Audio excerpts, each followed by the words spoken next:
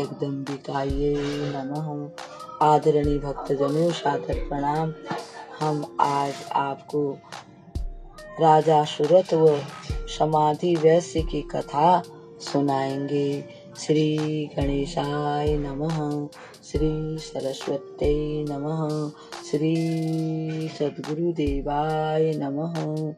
महाराज जन्मेजय ने व्यास मुनि से पूछा, मुनिवर, मुझे यह बताने की कृपा करें कि संपूर्ण इच्छाओं को पूरा करने वाली ये देवी सबसे पहले किस व्यक्ति पर प्रसन्न हुई थी और किसे महान फल होने का अवसर प्राप्त हुआ। किसको माता जगदम्बा ने उनकी मन वांछित कामनाएं पूर्ण की।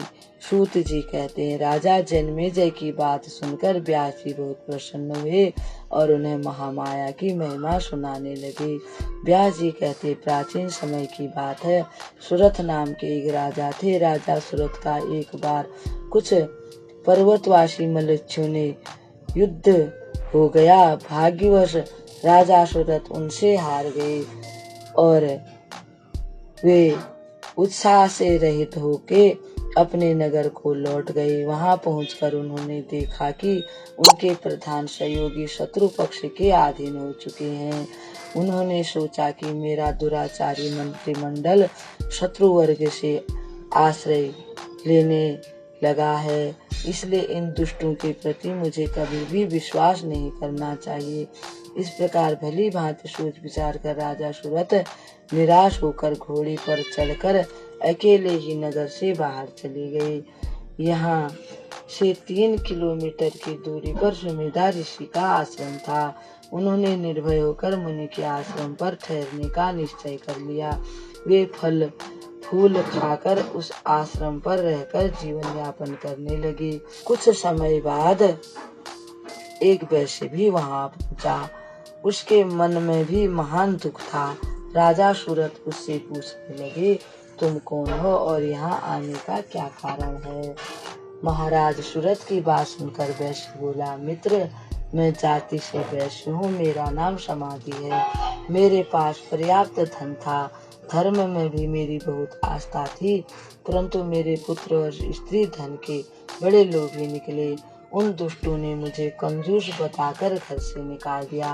अब आप अपना परिचय देने की कृपा करें। राजा ने बताया, मैं एक राजा हूँ, मेरा नाम सुरथ है। डाकुओं से मुझे महान कष्ट प्राप्त हुआ है।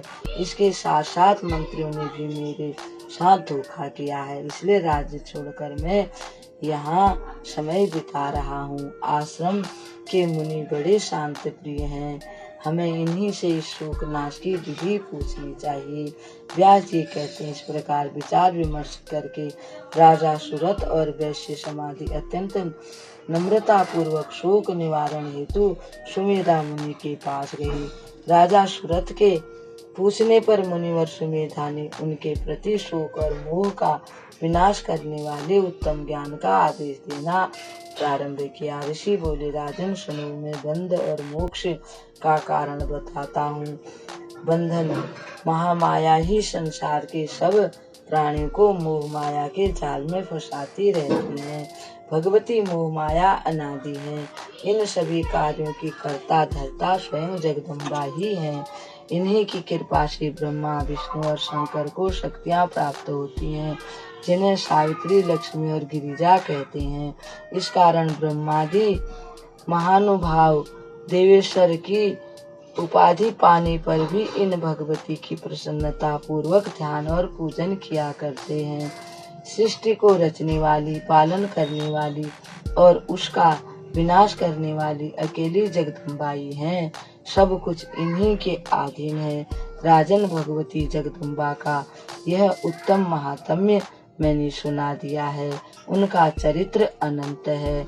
इस प्रकार से कहकर मुनि उनको अनेकों प्रकार से समझाने लगे।